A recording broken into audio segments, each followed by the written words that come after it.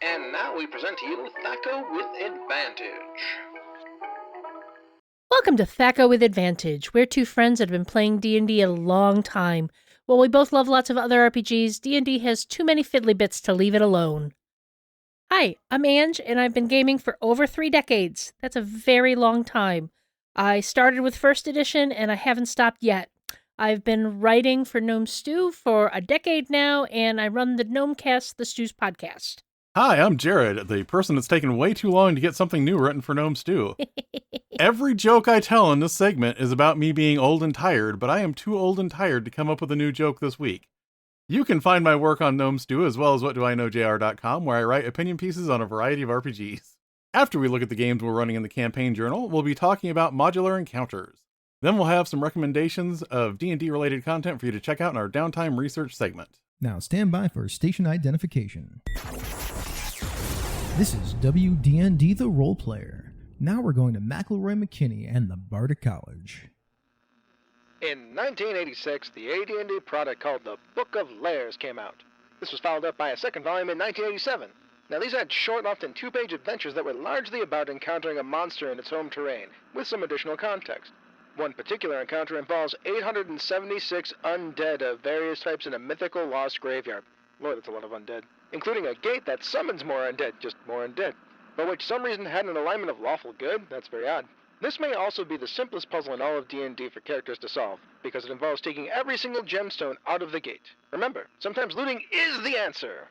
Let me just finish up this campaign journal. So, for me, the finale of the Poison Kingdom game is coming up very soon, this next weekend. I can actually say, because this episode is going to drop after we play, but that session is going to be in person. Distractions.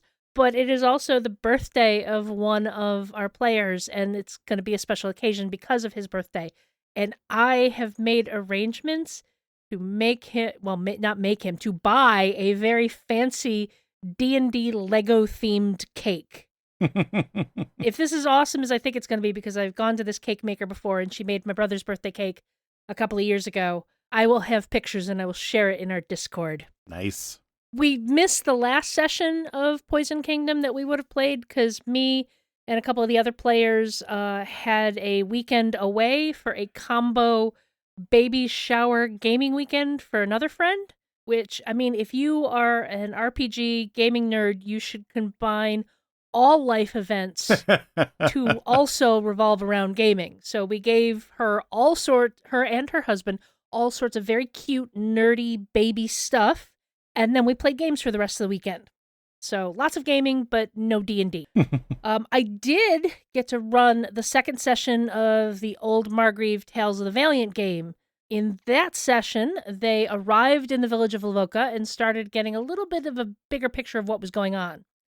I had the townsfolk in the middle of a funeral ceremony in the center of the village where the people who had lost someone close to them were laying like bloody handprints on a tree that had handprints from many years before. And, you know, I expected my players to kind of quietly observe and start engaging with these people. No. They started talking to the angry bull that was in a pen that was before they got to the villagers. And I actually kind of had to gently nudge them to go talk to the villagers. And then is when I discovered I have a little bit of a problem in this group. They've got no face character. Not a single one of them took persuasion as a proficient skill. Zartath, the kobold wizard, has a -1 charisma mod.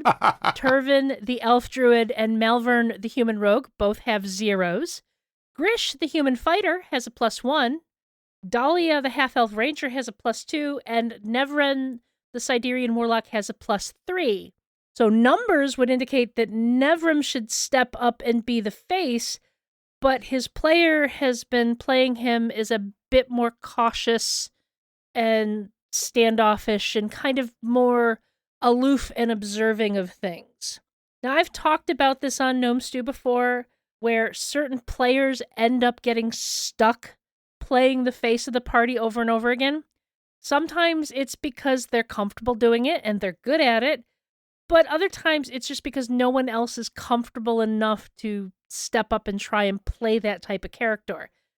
And unfortunately, it gets a little old for those players. And in this group's case, Zartath's player is the one that usually ends up kind of stuck in the face role because, I mean, he's pretty good at playing whatever he wants to play, but he can play a face when he needs to, and he's kind of tired of it. I'm considering having a conversation with some of the other players to kind of try and offer them some suggestions on, like ways they could play being a more face front character.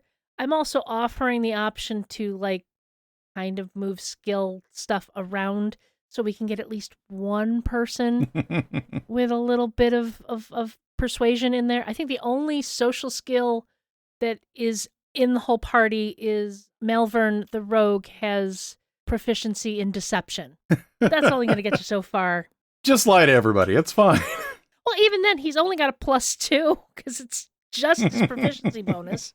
I'm going to basically suggest to Nevram that he can lean into his character's natural empathy. He can still stay kind of shy and reserved, but he's a character from what the players described who would have empathy for people and not want them to suffer, so would probably be willing to step up and talk. And then there's Dahlia, who, I mean, she's not a half-elf as far as D&D rules goes, because Tales of the Valiant doesn't actually have it, but she's a noble half-elf. Mm-hmm. That's basically what she is, so she could lean into kind of the etiquette she might have picked up from her family's court. And, at least kind of nudge somebody towards some persuasion proficiency. Is the warlock likely to get a familiar? Because what could be funny is if the familiar is the face for the party. He actually already has a familiar. He has a blink dog. And actually, we've already learned that the blink dog is smarter than the fighter. I mean, Rosh is a very good boy, so he could end up being the face of the party. We'll see. Anyway, despite these hurdles, they did end up starting to talk with the villagers and learning more about what's been happening. The first kind of task they picked up was that a man asked them to track down his missing daughter and wife. And so they immediately sent off to track them, where they ended up subduing their angry pig that had kind of gone rogue and help bring the mother and daughter home. This is actually something I changed because as written in the adventure, the little girl is supposed to be found dead.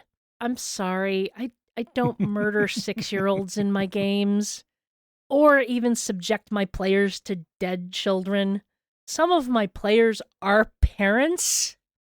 Their children may all be college age or older, but this is still not something you put a parent through at your table. When I ran it, I left her alive as well because our bearfolk barbarian, the mama bear, her motivation was protecting children. And I was like, I can't throw this at her first session. Oh, yeah. I also changed the kind of the adversary in that encounter because there is an upcoming adventure that has a similar thing in it, and I'm like, I don't want my players would make connections there, and I don't want to have to force that connection. I don't think it's necessary. So I just leaned into some other animal being upset. When they got back to the village, it was dusk, and the disorganized villagers were getting ready to fend off another attack from a wolf pack that had attacked the previous 2 nights, and that had killed the person whose funeral they walked in on earlier.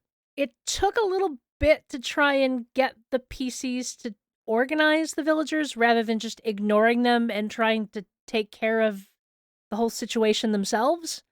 The way the adventure is written, it very specifically wants the players to kind of step up and take lead of the villagers and show them how to, defend their village a little bit better. Because, it's supposed to be if the players don't intervene, the villagers are all over the place. They may shoot one another accidentally. It's just chaos. Somebody's going to get hurt. And so I kind of had to be I kind of pointed out to Grish, the fighter, who has kind of a mercenary background. I'm like, you're looking at these guys. Someone's going to get hurt and it's not going to be the wolves doing it. Grish's player, once they kind of have that information, stepped up to be like, oh, yeah, hey, you people, you folks, get up on these roofs so the wolves can't get you. You folks with the cudgels and the pitchforks, get over here and all that. And it actually turned out to be a really good fight that put the player characters through their paces and let them actually use a bunch of their abilities that they hadn't had a chance to use before. As the one villager kind of went down, and Dahlia the ranger immediately ran over to use her talent from her background to stabilize him and all that. She's got the medic background thing. That's when they heard a blood-curdling scream come from another part of the village, and that was where they got to see the Hollow Man had come and claimed the head of one of the villagers and was walking away into the forest with it. Dun, dun, dun. There was more after that because I told them, they would lose track of the Hollow Man once he was in the forest because it's kind of his nature. And they spent some time dealing with the wood wards that, actually, I have to take a moment and comment on that because the village has these wood wards, which are essentially like scarecrow things they put up around the village as part of a ritual I think every winter to guard against bad spirits and all that. One of my players' last names is Woodward. So we had a lot of fun. Like, I would very deliberately say Woodward instead of Woodward, because it's just, That's great. Got a little bit too much, but they have a little bit more of an idea of what's going on, what they're up against. There were clues about which victims the Hollow Man might come for next, some ideas of what they can do to stop it, and some ideas on what the kind of driving force behind all of this is. And one of the players, the rogue, of course, snuck into the priest's house and looked for tomes or stuff that might have information in it. And of course, I let him find a book, and now I need to figure out what the book says. So I got to figure that out before the next session. I really like the vibe of that adventure because it is very much a horror movie vibe where this thing comes every night until you manage to track it down. The only thing is, in D&D, once you have a party of 4 or 5 people surround a killer, yeah, the killer doesn't look like a horror movie thing anymore. Yeah, and it's I don't want to say too much because this episode, one of my players may actually listen to this before the next time we play. So I don't want to say too much. So Nevram's player, if you're listening to this, close your ears for a couple minutes. It's very much set up that the players, like the characters, are supposed to be too low level to actually take out the Hollow Man in traditional combat. Right. He's something like CR5, CR6, something like that, which is way beyond first level characters. But I have competent tactical players. As it was, they got a couple of good shots on him as he walked out of town. He might take 1 or 2 of them out in a straight fight, but that's not the goal this adventure is going for. Mm-hmm. This adventure is trying to get them to think outside the box on how to destroy this incredibly powerful supernatural creature. And they have those tools in front of them. They even kind of have a tentative plan about using the charcoal pit in town to kind of set it on fire and guide the Hollow Man into that and all of that. So they just need to convince one of the future victims to play bait. And we'll see how that goes. I was gonna say, if I ran that one again, I think I might just make the Hollow Man immune to anything until you do a certain thing. Like, if you get him down to bloodied, he doesn't take any more damage, but he'll leave. That sort of thing. This is a slight tangent, but I saw a suggestion recently in another RPG community that I thought was interesting. And it's when you throw a solo big bad against your party, give it 2 rounds before it's bloodied. Like, if the players are actually doing good and damaging it as they go, don't let them take it out before it has a chance to do some things. And that can feel a little like cheating, But if you are a GM and you've ever tried to run a solo monster against your players, you know how hard this can be. Even when I ran the kids, they took out that dragon in a round and a half. And they totally deserved taking out the dragon in a round and a half, but that wasn't as much fun for me. So it's like, I like this idea of you give the creature like 2 rounds to like engage with the players and all of this. And then at the beginning of the 3rd round, it's now bloodied and, the fight can go from there as normal. Provided you're not like turning your player characters into paste. Yeah, I think the main issue I have with that is I don't want the players doing things that don't count. Like, right. I've hit this thing both rounds and they don't count because it's the first 2 rounds. You know what I mean? I don't want to tell my players that, but it's like this might be something I try in the future for like it shouldn't be done for every single monster. Mm-hmm. But like to give a solo monster fight a little bit more oomph, I might try it. Mm-hmm. And you can still narrate like when your players are doing cool stuff and limiting it and all of this. I want to do some of the monsters' cool stuff too. In my case, I actually got to run both my Midgard game and Curse of Strahd since the last time we recorded, so that was pretty great. In our Midgard game, they're at sea, and I'm very glad that I had time to introduce all of the crew members to the party, because it helped me twist a knife a lot more in this encounter when it unfolded. There was a couple where they're basically making checks to make sure they can sail properly. There was kind of a decision point where they had 2 different stretches of sea that looked like they might sail into the equivalent of the Feywild or the Shadowfell, and they sailed around both of those and then ended up in a massive Sahuagin ambush that I had set up for them. I think this might be rougher than either of the 2 that you avoided. I don't think we knew, like, I didn't feel like it was a 3-choice system, so to speak. No, it wasn't. They were patrolling this coastline one way or the other. It's not like you wouldn't have run into this if you did the other 2. It's just kind of funny that, we managed to get around both of those, bam, right into this one. But I had a whole bunch of Sahuagin stat blocks. So there was a couple spellcasters, there's a few barons, which are the bigger ones. There's a leader that's a little bit bigger than the barons, and they're being led by 2 devil sharks, which devil sharks are these massive sharks with breath weapons that Sahuagin sometimes worship as avatars of their gods, which is kind of nice because I think you guys picked up on the fact that the sharks don't really care about any of those Sahuagin. These are just things that worship them that they can point at other things to soften them up. Yep. So we ended the night with a couple of the barons still alive on deck, and the sharks not really injured at all, just kind of trying to damage the ship, but they haven't really made a push again after their initial blasting the deck with their breath weapon, which can shove somebody 20 feet, so it knocks somebody off into the water as well. There is a crew member that is dead. We'll see. It's D&D, so we'll see what that means in the long term.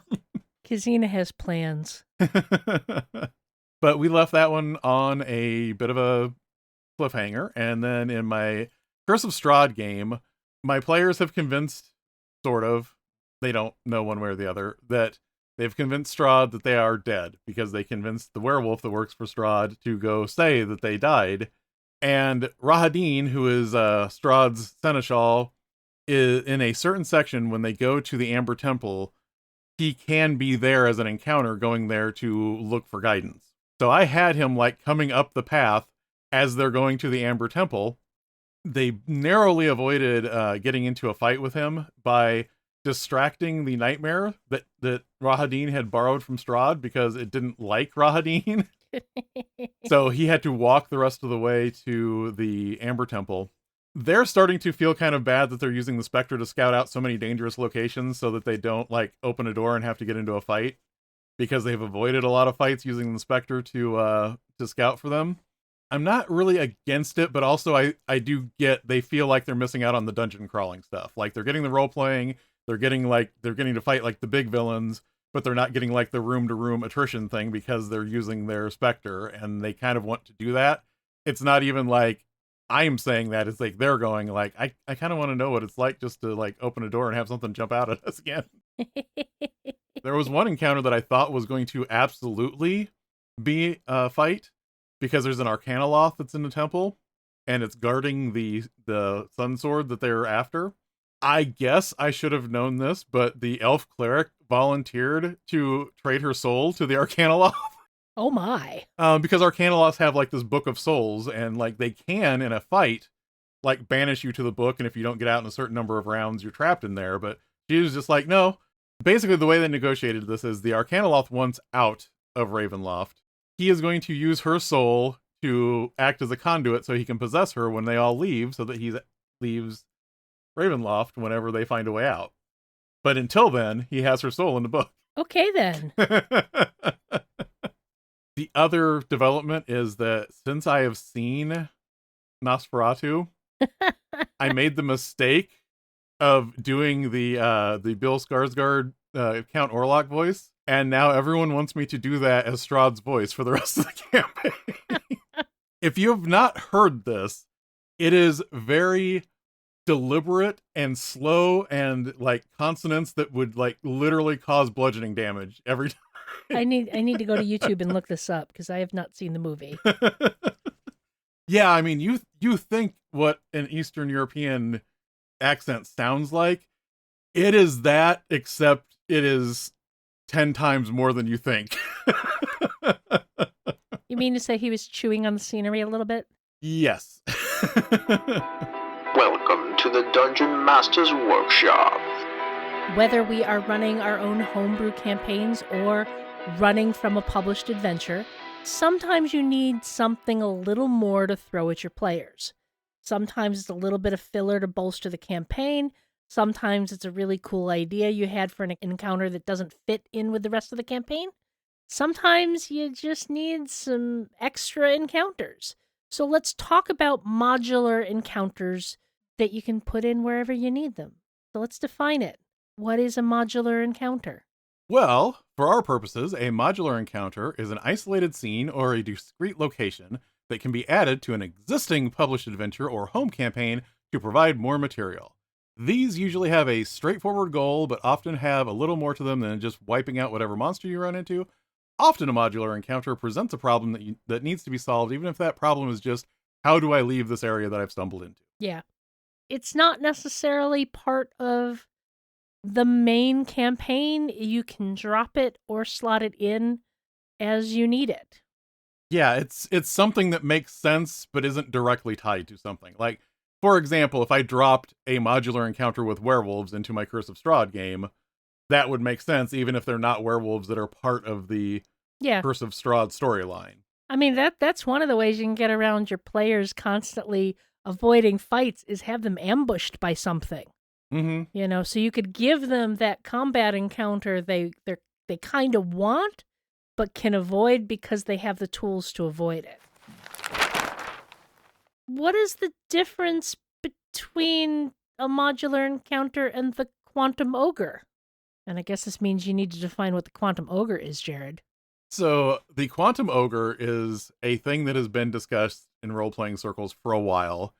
It's basically when there's a monster in the adventure or an NPC that you want the party to encounter, it is not in one location, it is in whatever the next location the PCs go to. There's no way they can not run into this person. A lot of times people don't necessarily like that idea because it can feel like they're taking away choice because we chose to go down this hallway because we were looking for this evidence of this and we didn't see this, so that's why we chose this, and now you're telling us no matter what this would have shown up here.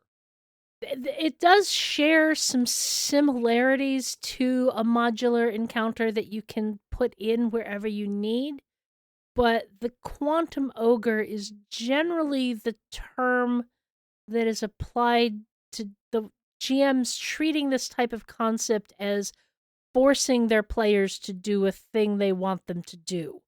when used badly, it is another form of railroading. Yeah, and it's also one of those things that monster, as opposed to a modular encounter, like we were saying, that's not necessarily tied to anything else.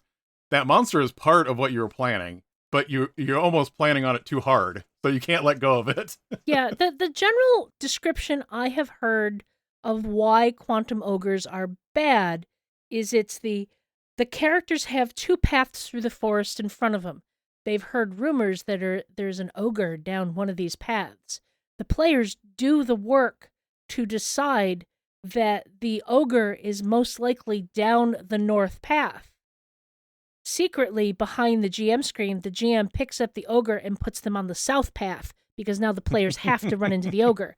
I ran into this in a game. It wasn't a D&D game. It was more of a kind of World War II-ish comedy game. And the GM did this to us. He basically circumvented the work we did to waylay one of our adversaries because he couldn't figure out how to do the next parts of his stories without that adversary. Basically, some Nazi commandant, we basically ambushed him. I was playing some sort of, Hollywood starlet, and we ambushed him in her dressing room, knocked him out, tied him up, and went on our way to get the secret plans we needed to get to take to the Allies. And what do you know? That commandant shows up in the next scene anyway, because the GM had no imagination on how to keep things interesting and challenging, and that was the point where we realized it literally was a railroad, because the whole concept of the game was to get on a train to take the plans out of Paris. Mm-hmm. And I'm like, literally a railroad. We have been railroaded onto the railroad. It got to the point where the GM was asking us while we were on the train, what do you do? And I'm like, I don't know. You tell us. Now, this isn't a show about quantum ogres. However, I do think there is a fine line where sometimes something needs to show up logically one way or another. Yeah. For example, in my Curse of Strahd game, Strahd will show up somewhere. There's no way that they can avoid Strahd forever, and if it is narratively convenient for him to show up somewhere, he will. But then again, that's kind of reinforced by the fact that Strahd is part of Barovia. Let's be clear. If this were a video game, and you as the GM were not a human being, and were instead a team of devs that had created this game that you then hand to the players and let them do what they want, if the players can avoid something in a video game, good on them. Mm-hmm. Good on them. This is kind of why Larian Studios is the GOAT, because they did so much with Baldur's Gate 3 to let people just do what they wanted. You, as a human being running a game, only have so much energy, time, ability to craft what you're going to put in front of your players.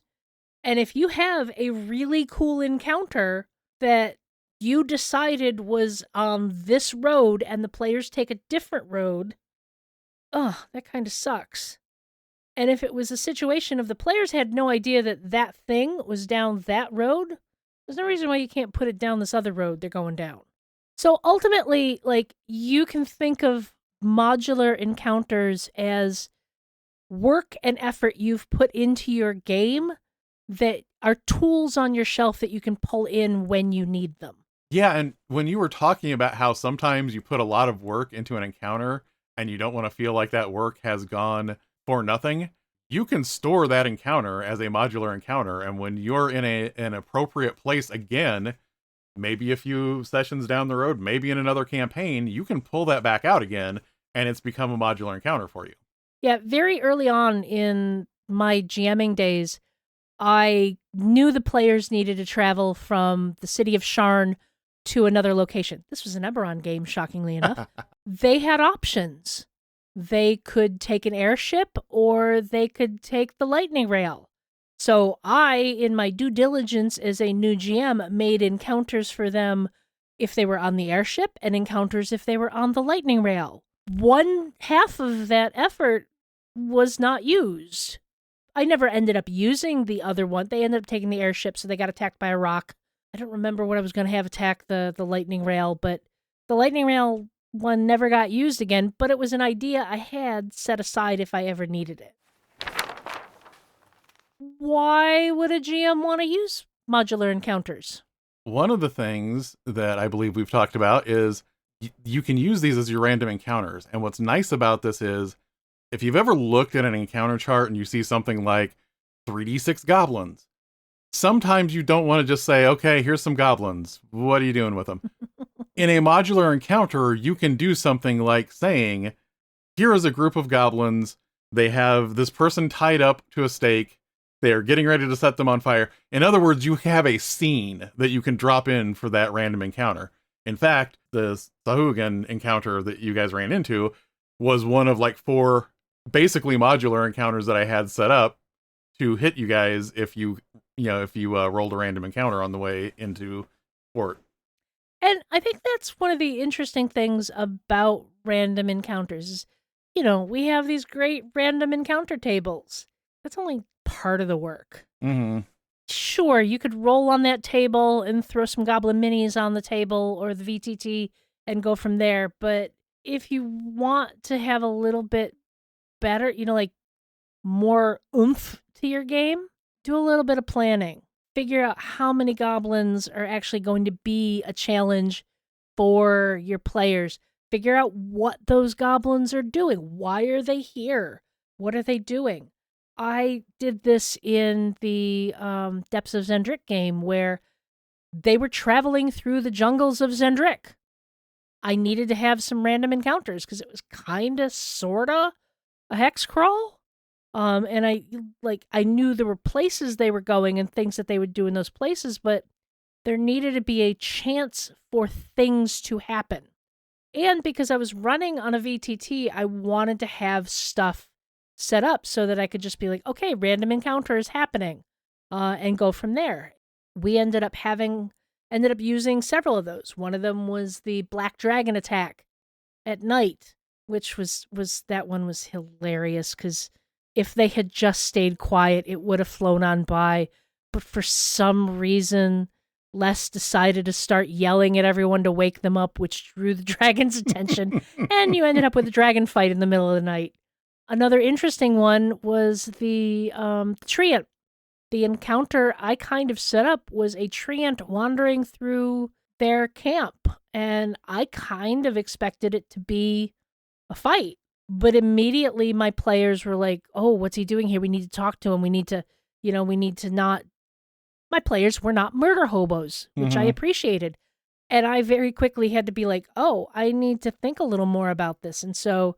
No, the treant had been pushed out of his swamp, and he was very sad because he had to leave all his friends behind. And the players are like, oh no, we're going to help you go get your home back, where they went and fought some demons and got the treant his home back. And that was so much more fun than just, treant, here, I'm a bag of hit points, hit me. Definitely. And I think the thing that I have heard before with random encounters is random encounters are often nouns, and what you need is like the noun and the verb. Mm-hmm. You need to know what the thing is doing too, because just saying a thing is there isn't very exciting, and it tends to make those things look very two-dimensional. Yep. Another reason you might want modular encounters is when your players start going in a direction you didn't expect. It's obviously in your campaign, but you didn't expect them to want to explore that building. So now you gotta figure out what to put there, and you can basically pull some stuff that you may have stashed off to the side, so to speak. And not to be, me from 5 years ago thinking I'm very weird when I say this, but not to be too much of a VTT evangelist, but VTTs are great for setting up modular encounters because you can just have a map set up with the images, with the things you need on the map, and just have it in a folder and drop the PCs onto that map whenever you're going to use that modular encounter. Like I said, if it's the type of game where they're traveling, or it's a city, or it's someplace where there are a lot of places the players can go and you can't specifically know for sure exactly what they're going to engage with, put together some encounters that you can throw in them when you need it. Because you as a GM should be able to kind of figure out the pacing and the ebb and flow of your game, and when an encounter would be a welcome diversion from staring at each other across the monitor or across the table because you've just been talking for a couple of hours. Which there's nothing wrong with talking for a couple of hours, but sometimes you just want to punch a monster in the face. Yes. Is there a difference between a modular encounter and a side quest? There is a fine line between those. A side quest can be something that ties into something you already assumed was going to be happening in the campaign. Like, for example, if you have a sword that is especially good at killing a certain type of monster, the PCs don't need it, but if they go and do this extra thing, they get it and think their life is a little bit easier. That's the kind of thing that's a side quest, and it does kind of tie into what you already have planned. Whereas, like we said, the modular encounter doesn't necessarily have to be directly related to what you're doing. But side quests are also things that feel like they are a multi-step thing to the side of the main plot. Yeah, I tend to picture modular encounters as a little disconnected. Mm-hmm. You can tie them into things, but they're a thing outside of your campaign that you can pull in when you need. Whereas side quests are generally going to be attached to something already in the game. Like, I find side quests are best when they're related to a particular PC, because it helps build that PC's connections to the game world and to the rest of the players and to their own evolving story. I am not going to say that these are the best integrated things, but one of the things I thought of as an example of a modular encounter is when you do like the Riddler challenges in the Arkham games for Batman. It's not the main plot of the story. Riddler has almost nothing to do with the main plot, but just you stumble across this thing and Riddler's like, I bet you can't do this thing. And you do that thing, and then you go back to trying to engage with the main plot again. So what are some things we should keep in mind when making modular encounters? We kind of touched on it before. A modular encounter shouldn't just be a number of monsters that shows up. It should be a situation at the very least. It could be a multi-step situation, but it should at least be something that you are resolving. It might be a thing where you have a wounded animal that another animal is tracking and you have to decide whether or not you're going to protect that animal or not, or whether you're going to heal it or something of that nature. It's a situation. It is not just one thing. I would say that it can be just a bunch of monsters, especially if you really just need to give your players a fight. Mm-hmm. But you should have more of a reason for those creatures to be there than just, like, poof, here's some goblins. Yeah. It's like, what are the goblins doing there? What are the goblins' purpose? Where are they going? What else is happening there? Why are the players going to care about this? Why is it going to become a now problem for the players? Is it a bunch of random goblins, or is it maybe a group of hobgoblin mercenaries hired by the person that you're already striving against that has sent these things to block your path? Right, exactly. I think part of what you need for a modular encounter is to know how you get into the encounter and how you leave the encounter. And I do think the least interesting way to leave an encounter is over the dead bodies of a bunch of things. But that is not an invalid way to leave a modular encounter. I do like the idea of having like a challenge in there, though. Mm-hmm. Are there ways you can take a modular encounter and make it actually fit your campaign so it doesn't feel like an add-on? So when I mentioned that before about if I had a werewolf encounter and I drop it into Curse of Strahd, if I have those werewolves react to my PC's name dropping that pack leader that they've run into before, that starts to tie that in. They're not just random werewolves. These are werewolves that understand the werewolf politics of Barovia. On top of that, if I decide I still want them to fight the PCs, I can use that modular encounter to introduce the fact that there was another pack leader and not all of the werewolves are happy that this person took over the pack. And all of a sudden now you have story elements when what I originally had was a map with PCs going between these two outcroppings and werewolves jumping out at them. I think it depends on what type of campaign you're running. If you are running something that is more exploratory, like my Zendrick game was, you're putting in these modular encounters to flesh out the world and make it feel more lived in. Whereas my Veterans of the Gauntlet game, where they had a very specific mission that they were on to go from one place to another to find these artifacts and stuff. When I threw modular type encounters at them, I would try and tie them to things they had either already experienced or were related to their character backgrounds. One of the kind of modular encounters I threw at them was one they talked about so much because I basically had them attacked by cultists. They had went to bed for the night at Redley's Tavern, and a bunch of cultists basically snuck in to the inn and were going to try and assassinate them. And they basically had this fight in the middle of the sleeping level of the tavern, where middle of the night they're half in pajamas, half in armor, fighting stuff, summoning a goddamn bull that ran out the side of the building. And then we had this long debate about would it actually survive to hit the bottom of Sharn? And if it did, would that mean there would be meat for the people down there, or would it disappear before it hit the bottom?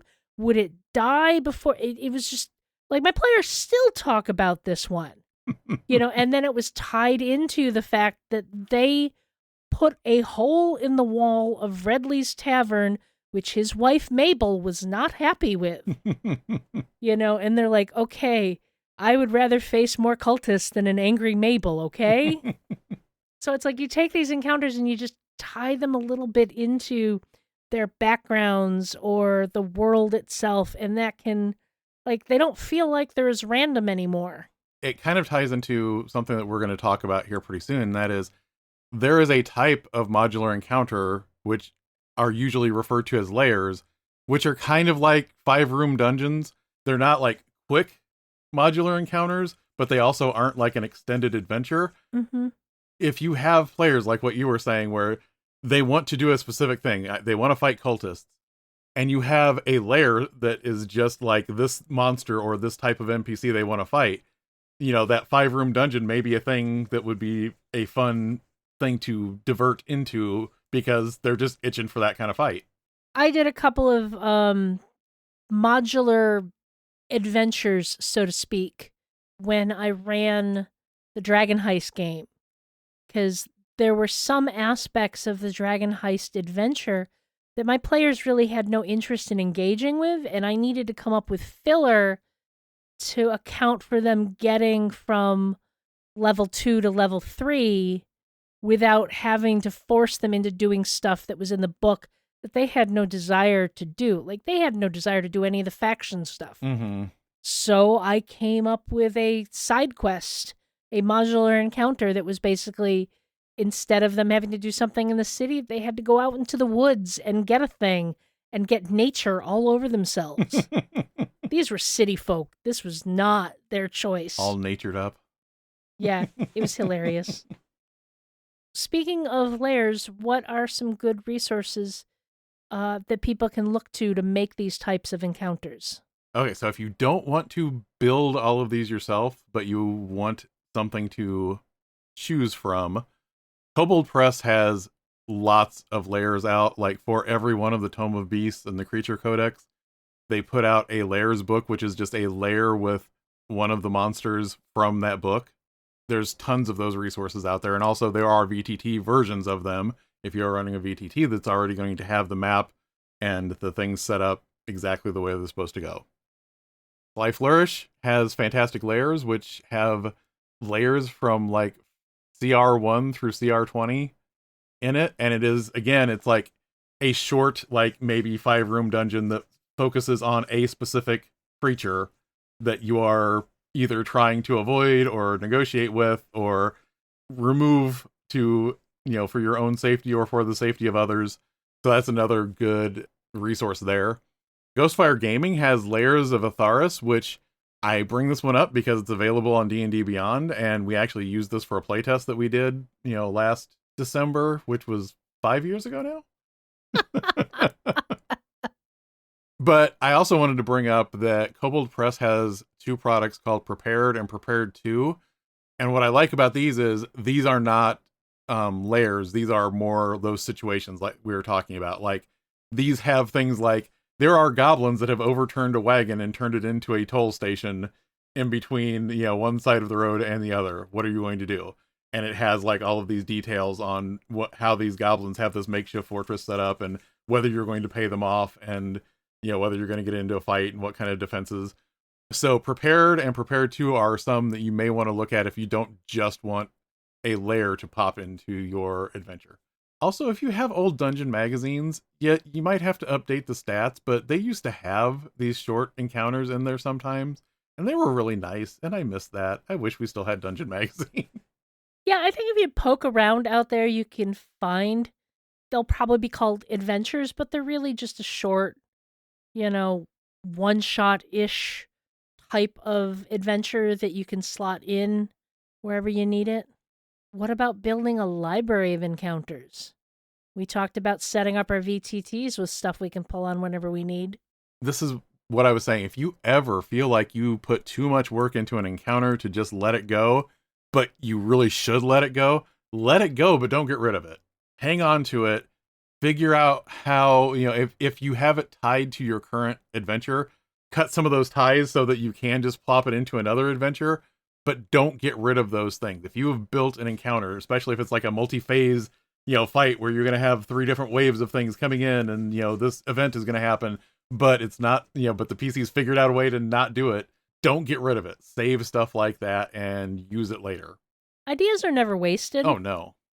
You may not use the idea that you have at the moment, but it's going to basically, it'll be there when you need it, Mm-hmm. or it'll give you kind of the spark for the next idea Mm-hmm. of something to do. And that's another thing I was going to say. If you are like me, sometimes you start having all of these ideas for something that would be a really neat encounter, but it has nothing to do with your current campaign. Or you start thinking about it and going, yeah, it'd be really awesome, and all I'd have to do is run into this thing, and you go, oh, my PCs are 5th level, and that's a CR16 CR16 thing. Maybe I don't want to throw that at them. Womp womp womp. When you don't go back to the 80s where the GM grabs the wrong module and you die on the doorstep. Yes. But yeah, if you have that idea for interacting with a monster that you just think would be really cool, go ahead and put down some notes for it, and someday there might be something that just clicks and you can drop that into your current campaign. I actually have a ton of Google Docs that are just filled with me having ideas. Sometimes it was like stuff that we never got to in other campaigns. Sometimes it's just like, oh, this is really cool. We aren't doing it, but someday I would like to do this. This is my shocked face, Jared. I was going to say the whole thing with the Void Dragon was kind of an encounter that I had an idea for that just didn't fit anywhere else. And so I made it fit earlier in our campaign. Let's sum up. What's the teal deer, the too long didn't read, too long didn't listen of teal deal, of what we've been talking about with modular adventures? Okay, so 1, I would say never throw out any encounters. 2, if you're going to make one of these from scratch, know how people get into it and how people exit it. 3, I would say, remember, you don't just want a noun, you want a verb. You want whatever they're running into to be doing something, to have an objective. I will also say it is, I don't know if this is bullet point 4, bullet point D, or whatever you want to call it.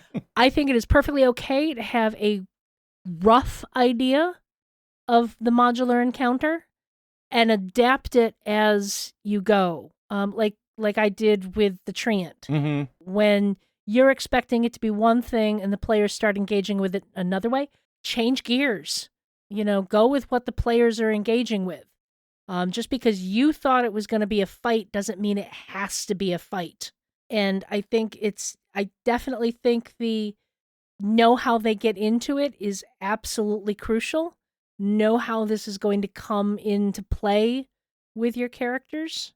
The getting out, they can figure that out once everything is over. I mean, like, that to me, that one's I don't know how they're going to get out of this. I don't know how this one's going to end. Let's see what they do. But I understand what you're saying. Yeah, I don't necessarily want people to think there's the only one way for them to leave. What I'm thinking more about is these things that are in the encounter, what would cause them to leave if you're not just going to murder all of them? Ah, I understand. What's going to make them run away? Or, negotiate, or, become your best friend. Who knows? The last thing I'll say is you don't need a great deal of connective tissue to make these feel like part of your overall campaign. Just figure out those little connections here or there. Your players will build it up. Mm-hmm. I mean, you may throw a random encounter at them and they're going to believe that this is the ultimate machinations of the big bad that they're working against. And, oh, did you believe they planned this? Your players are going to fill in a lot of the details. Mm-hmm. Just give it a little bit of connection and they'll be fine. Now let's join Ange and Jared for some downtime research, where they do the work so we don't have to. So now we are going to look at our downtime research. Every episode, we are going to look for something related to D&D that we want to pass along to our listeners. It might be products, websites, videos, or podcasts, but it will always be something that we think will enhance your D&D experience. But first, our Eldritch Invocation. We have a Patreon now, so if you would like to help us do this show and help us provide some additional content for you, we would love it if you decided to join. We've got our own Discord. We will be releasing supplementary material. Chris has made a bunch of campaign tie-in material for our AP. You can get the AP in big chunks instead of smaller installments. And we have also made a bunch of game material that is not directly related to the campaign. So you should check out this bundle of gifts that we are willing to give you. For me, if you happen to be within traveling distance of the Greater Toronto area, specifically the kind of southwestern side of Toronto, you might want to go check out the D&D Immersive Experience in Mississauga, Ontario. It only goes through mid-March, I think, but it really looks super cool. So if you've got the ability to go, it's probably worth trying to get there. I'm looking at my calendar to see if I can make time to actually go, since I am within about hour and a half, 2 hours from it. Mm-hmm. It does require crossing that border, and I don't know if they want us right now, but I'd still like to go. Might be able to sneak across, make a stealth check. Who knows? Don't do that. Don't do that. We are not advocating crimes on this podcast. So I had forgotten that this was a stretch goal for the Kickstarter for this product, but the Ghostfire Gaming's Ethereal Expanse setting guide is now available on Shard, which is kind of neat. And I have not had a chance to look at it yet. The biggest thing that I want to see is that Ghostfire Gaming does this thing with species where it's modular. So in other words, it's saying if you bundle these 5 traits, that usually means that this character is a dwarf, but you can swap out this or that. So, you might have a 6th trait that you swap out, and it is a different thing that lets you customize what kind of dwarf, or if maybe they don't only have dwarf parents, or things like that. And it's kind of a neat system. I have not played with it a lot yet, but I want to see how that works on Shard.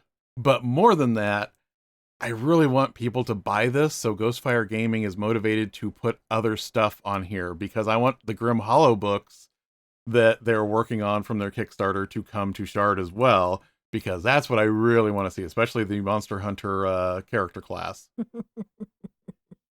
We are happily part of the Polygamers Podcast Network, helping you run and play your best games. We think you'll enjoy another Polygamers podcast like The Heroes of Havel's Way. The Heroes of Havel's Way is an epic fantasy story about 2 young heroes, Odie and Aramon. These heroes have the potential to deal with a dire threat from an ancient time that is poised to return to the world. A Titan destroyer, Valhelmoris the Mountain Strangler, stirs. The fate of the barony of Castican may be in their hands. We play the game to find out. We invite you to join us on our journey, and also Monty is there. He is our raccoon that is our friend, and we couldn't leave him behind. Nope. We have used up all of our resources, so I think it's time for a long rest. I hope this adventure was rewarding for you, and we hope you go exploring with us when we start our next adventure.